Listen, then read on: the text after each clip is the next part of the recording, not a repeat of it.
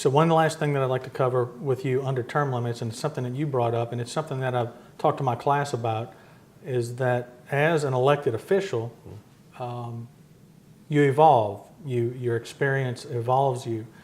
And when it comes to making policy, I believe that officials who are ending their term, their final term, their positions will mellow and their scope is broadened and their focus is not as parochial or as locally based, and no doubt. they're open to wider policies that affect more. And whether that's because of their experience or it's because they plan to seek a larger office encompassing a wider area, or or a political dynasty that they want to continue, maybe that's not in their district but is nearby. What do you think about this? I can tell you from my own experience, when I got elected to the legislature in 2011, I was assigned to 3 committees. And they were all the committees that I requested. I was assigned to criminal justice, I was assigned to judiciary, and I was assigned to transportation. All those issues were important to me, especially transportation being in the district that I live in. And when so I went through 4 years of that, being on the criminal justice committee, just being a committee member. And then when I got appointed in my second term, chairman of criminal justice. The second year, which was last year, I was there, the abolishment of the death penalty bill came before us. And if you would have asked me when I first got elected, I'm pro-death penalty, you can't change my mind, this is what I believe, and there's no swaying me. I'm still a proponent of the death penalty.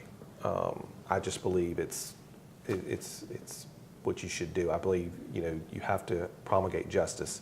And I don't think you can have revenue-based law enforcement. But having said that, I am more willing to listen to arguments concerning that issue. My position hasn't changed inherently. It changed, but my willingness to sit down and listen to the proponents of doing away with it has definitely increased. I'm willing to sit down and just listen to what they have to say and why they have to say it, and debate about it.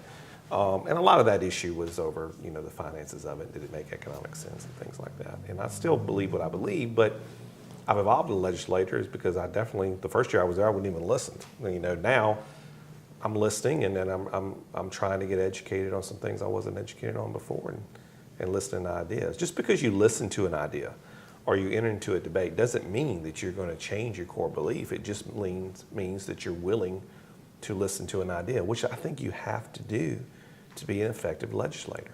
You can't, no one is 100% right all the time, and if you are, call and let me know, but you need to be willing to be open to ideas. And again, politics, especially, the legislature is politics 101.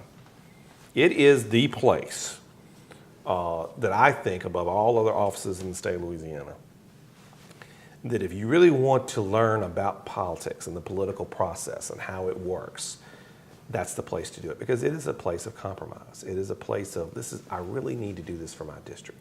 This is a good thing.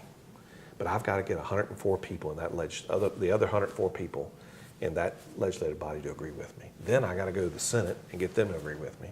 And then I got to get to the governor and get him to agree with me. And that's every step of that process is negotiating. And when you negotiate, you have to listen to ideas, you have to put your ideas forward, and you have to be willing to give and take. That's politics.